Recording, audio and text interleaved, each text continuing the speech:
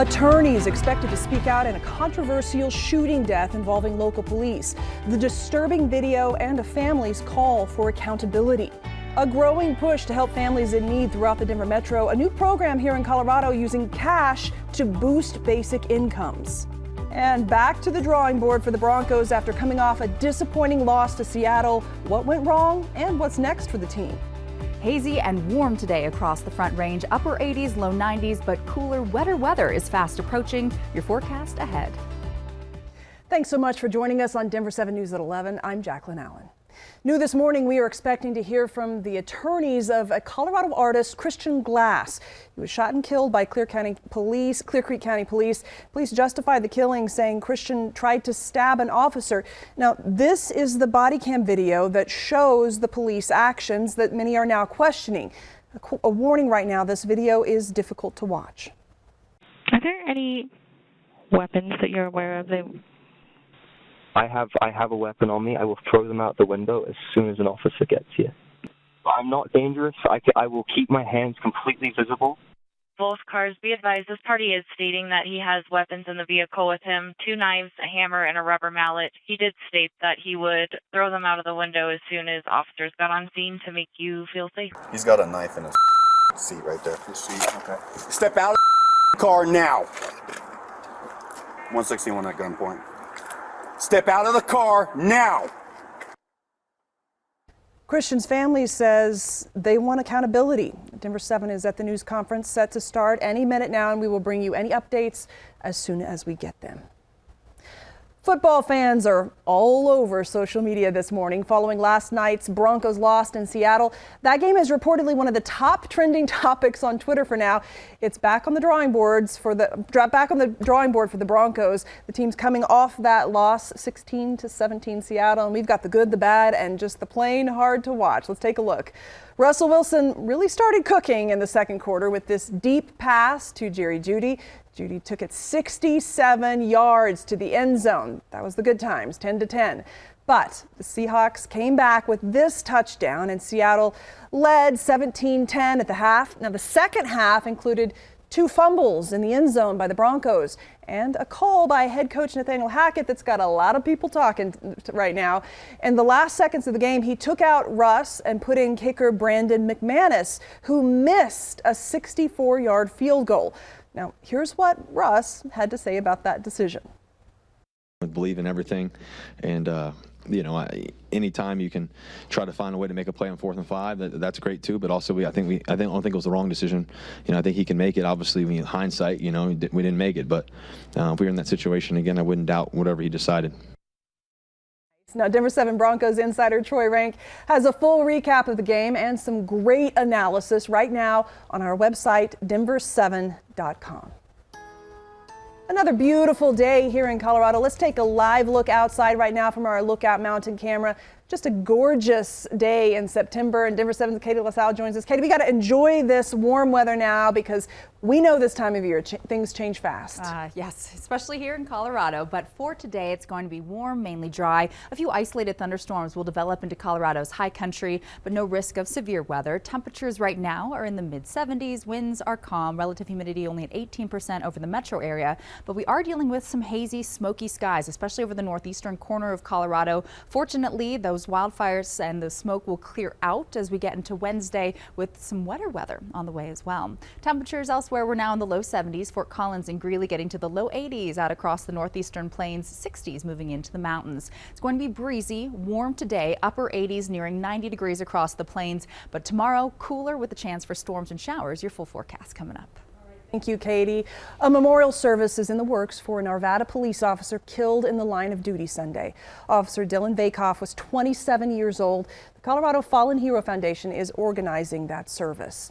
Investigators say 31-year-old Sonny Almanza is the man who shot and killed Officer Vakoff while he was responding to a large family disturbance near 51st and Marshall. Almanza now faces several charges, including first-degree murder. Denver is joining a number of cities experimenting with what's known as a universal basic income. Now, the idea is that government gives people no strings attached cash on a regular basis. Denver 7 Christian Lopez has more on how the program works and who it would help. The city is trying a new plan to help. They will be giving money directly to a group of homeless people to help get them off the streets and into housing, and ultimately see how this will impact their lives over the course of a year. The city has decided to use $2 million in COVID relief funds to do this. They will be partnering with the Denver Basic Income Project. It'll give people up to $1,000 a month. 820 people are in the program right now. Denver's COVID cash investment will support 140 of them who are living in shelters. In order to get the money, they can't have untreated mental health or substance abuse issues. This is all aimed at helping them move into stable housing, provide support so they can stay housed, while also opening up space in shelters. The program will be evaluated to see how this impacts housing outcomes, the use of shelters, and how it helps with mental health and substance abuse as well.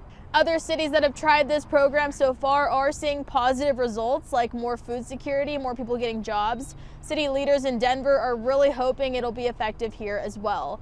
Reporting in Denver, I'm Christian Lopez, Denver 7. Thank you, Christian. The new statewide housing report is out, and this morning there is some good news for buyers. So let's take a closer look. The median sales price for single-family homes dropped for the fourth straight month to $570,000. That is actually down $30,000 from the record high back in April. I keep hearing 600, 700, 800, 900. It's impossible. You can't live in this city. And quite frankly, if we look at the median price, it's 570,000. And I'm most certainly not saying that's low. It's absolutely not low. But it is sure a lot more approachable than when we hear the average, and we hear significantly more than that. It's true. And if you are selling, experts say you just can't price as high anymore. If you want to be the most attractive property, you may have to price below what it's worth to be competitive. All right, if you use the A line to get to work or get to the airport, heads up on a change today. RTD is doing some maintenance work on the A line today and tomorrow. That means no train service between 40th Avenue, Airport Boulevard, Gateway Park, and the airport.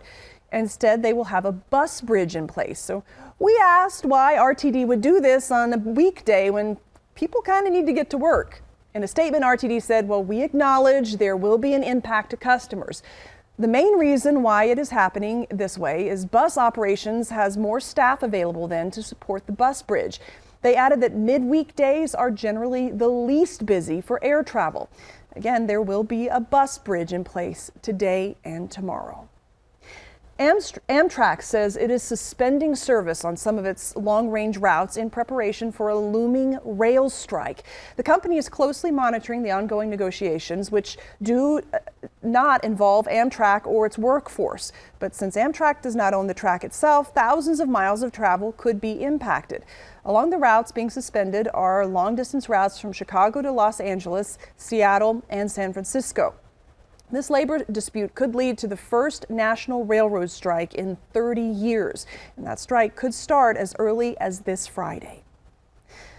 Stocks are way down today in response to a report showing inflation ticked up slightly in August. Take a look at the big board at the New York Stock Exchange. This is the Dow Jones Industrial Average. As you can see, it's down pretty significantly. The rate of inflation is slowing down, but it's August Consumer Price Index that's showing prices are up 8.3% from the year before. Now, analysts worry that will prompt the Federal Reserve to continue with aggressive interest rate hikes when leaders meet next week. A long, touching farewell to Britain's Queen Elizabeth moves forward as her casket will be flown to London and then taken to Buckingham Palace, her longtime residence. Earlier today, King Charles made his way to Northern Ireland to receive condolences before heading to London. ABC's Inez de la Quintera reports from London. This morning, the King and Queen Consort leaving Scotland for Northern Ireland as part of their tour of nations. It's very important at this time of mourning that the King goes to the four corners of the United Kingdom to meet the people, to also meet the politicians there, because of course Great Britain is Great Britain and Northern Ireland. The new monarch meeting with political leaders who expressed their condolences. My mother saw Northern Ireland pass through momentous and historic changes. Through all those years, she never ceased to pray for the best of times for this place and its people. This coming as thousands in Scotland line up to get the chance to say goodbye to the Queen, lying in rest at St. Giles Cathedral in Edinburgh, the line stretching on and on. I just wanted to be here just to show The family that we care and to show our last respect. The Queen brought here by her children on Monday in a solemn military procession. King Charles III, Princess Anne, Prince Andrew, and Prince Edward following the coffin on foot. And overnight in London, an early morning rehearsal for another coffin procession that'll be held tomorrow. Thousands of soldiers in ceremonial uniform gathering at Buckingham Palace for the practice run. And the Queen's coffin will spend the night at Buckingham Palace before that procession brings it here to Westminster, where it will lie in state starting tomorrow until Monday's funeral. Inez de la Cuetara, ABC News, London.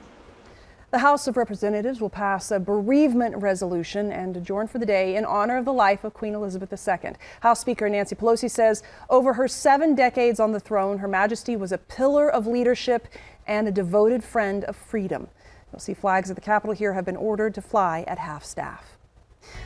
USDA is warning for HelloFresh customers that the ground beef is got some problems. It's got some problems. What do you need to watch out for? Plus, fall colors are in the air up in the high country where the leaves are already starting to change. Looks so pretty.